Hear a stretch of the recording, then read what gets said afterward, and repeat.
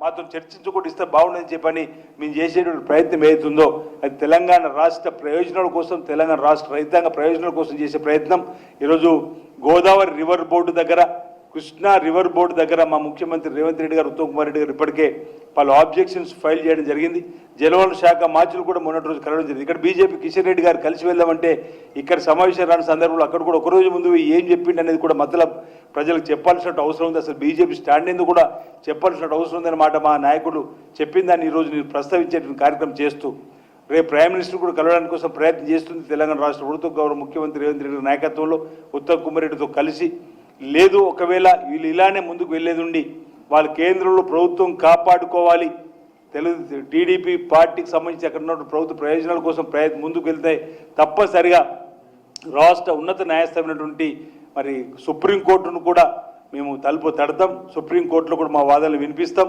ఈరోజు ఇక్కడ మా తెలంగాణకు సంబంధించి న్యాయమైనటువంటి టీఎంసీలు ఏదైతే గోదావరి కృష్ణా రావాల్సింది ఇచ్చిన తదుపరే ఇతర జలాలకు సంబంధించి అక్కడ చర్చ జరగాలని చెప్పిన దానిలో మీ కృతనిశ్చితో ముందుకు పోతామని సందర్భంగా తెలియజేస్తూ రైతులు పండగలాగా తెలంగాణలో రైతు భరోసా వస్తున్న క్రమంలో సన్నబియ్య పంపిణీ కార్యక్రమం బ్రహ్మాండంగా జరిగిన క్రమంలో ఇంద్రమిల్లు కూడా పేదలకు ఇచ్చేటువంటి క్రమంలో ఈరోజు రేషన్ కార్డులు 10 సంవత్సరాలు కళ్ళు కాయలు కాసి ఎదురు చూస్తున్నటువంటి రేషన్ కార్డులలో 11 సంవత్సరాల క్రితం పెళ్ళై కోడలుగా వచ్చినటువంటి వారి పేరు కూడా 10 ఏళ్ళు ఎక్కలేదు.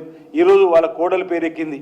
అది మనవడు మనవరాలు 10 ఏళ్ళ కింద జన్మిస్తే 5వ తరగతి చదువుతున్న పిల్లాడి పేరు ఇదివరకు లేదు. ఈరోజు వాళ్ళ పేరు ఎక్కడం, వారికి 6 కిలోలు సన్నబియ్యం ఇచ్చేటువంటి క్రమంలో ప్రజలలోకి అంటే వాళ్ళు అప్పుల కుప్ప రాష్ట్రంగా మార్చి వెళ్ళినప్పటికీ ప్రతినిత్యం 18 గంటలు గౌరవ ముఖ్యమంత్రి రేవంత్ రెడ్డి గారు, ఉప ముఖ్యమంత్రులందరూ కూడా కష్టపడుతూ రాష్ట్రాన్ని గాడులు పెట్టి ఈ పథకాలన్నీ కూడా ఈ స్కీమ్లన్నీ కూడా తీసుకొని పోతుంటే కూడా ఈరోజు ఓర్వలేకనే ఈ విధమైనటువంటి ఆరోపణలు ఈ ప్రభుత్వంపైన వేస్తుంది.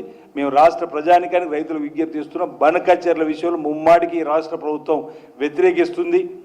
రేపు అవసరమైతే సుప్రీంకోర్టులో కూడా పోరాటం చేస్తున్న మాట సందర్భంగా చెబుతూ ఈ బనకచర్ల పాపం అంతా గత ప్రభుత్వంలో ఉన్న పాలకులు మామ అల్లులకు సంబంధించి ఇద్దరు కూడా 5 సంవత్సరాల సాగునీటి శాఖ మార్చులుగా ఉండి ముఖ్యమంత్రి హోదాలో ఉన్నటువంటి కేసీఆర్ గారు చేసినటువంటి నిర్వాహకం వల్లనే ఇదంతా జరిగిందనేటువంటి మాటను ఇప్పటికే పలుమార్లు చెప్పిన మరి ఈరోజు కూడా ఈ అంశాన్ని చెప్పే ప్రయత్నం చేస్తూ ప్రజల న్యాయ నిర్ణేతలు రాబో రోజుల్లో ఆ గతంలో ఉన్నటువంటి బీఆర్ఎస్ పార్టీకి తగిన బుద్ధి చెప్తారని చెప్పిన ఒక విశ్వాసాన్ని సందర్భంగా వ్యక్తం చేస్తా ఉన్నా. అందరికీ నమస్కారాలు.